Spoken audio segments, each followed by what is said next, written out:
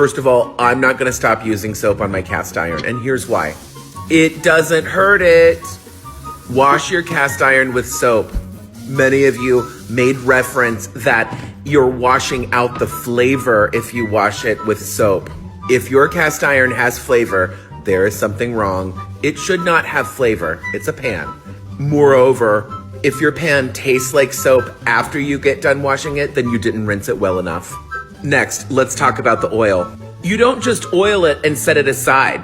You oil it up and then it has to go into a hot oven. I put mine in the oven at 400 degrees for an hour and a half. The oil will reach a smoking point, which causes a polymerization coating across the pan. That's how it becomes nonstick.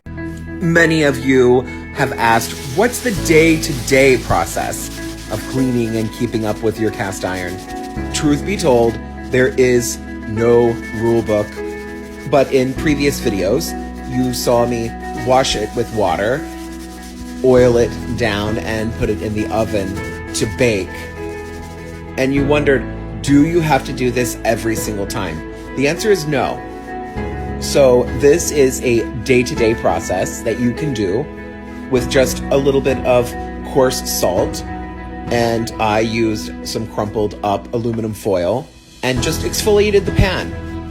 Because I keep up with the seasoning on the regular, you can clearly see it is fully non-stick. Everything comes right off, and then I just wipe it clean with a paper towel.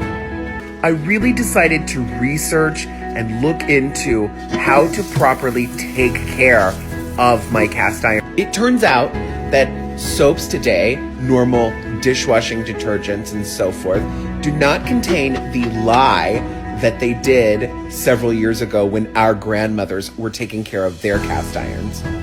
According to the Lodge Cast Iron website, using a gentle dish soap isn't going to ruin the season on your cast iron. This might not be something I do every time, but it definitely worked in this case. After I wash and rinse it, I dry it, oil it up, and put it in the oven. First of all, if you do this, your cast iron will last a lifetime and be completely non-stick. Use something abrasive and hot water to remove debris from the skillet. Once it's clean, dry it off really, really well. Cast iron is very porous and it will rust really easily if you don't. Now, I poured in a little bit of vegetable oil and I'm just massaging it into the skillet. You can use grapeseed oil. Anything that has a high smoking temperature will be just fine for this. Once it's massaged in really well, go ahead and put it in the oven for 1 hour at 350 degrees.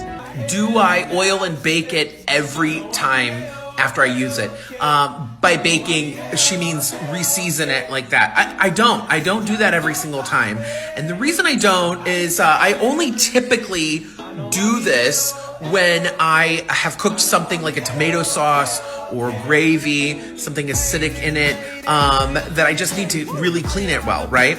Sometimes, most of the time, I just wipe it out and use a little bit of, I use kosher salt, which is coarse, and maybe aluminum foil like you've seen in my other videos, and really just kind of wash it out, rinse it out, dry it off, oil it back up. But this is really, I'm only using soap certain times. I'm not doing it every single time. Guys, I'm gonna have to get you to move. I'm about to have a shower. What'd you do to him? What? Don't play stupid with me, mate. What'd you do to Drano? Nothing. Drano, tell him what you told us, buddy. He did a shower wee.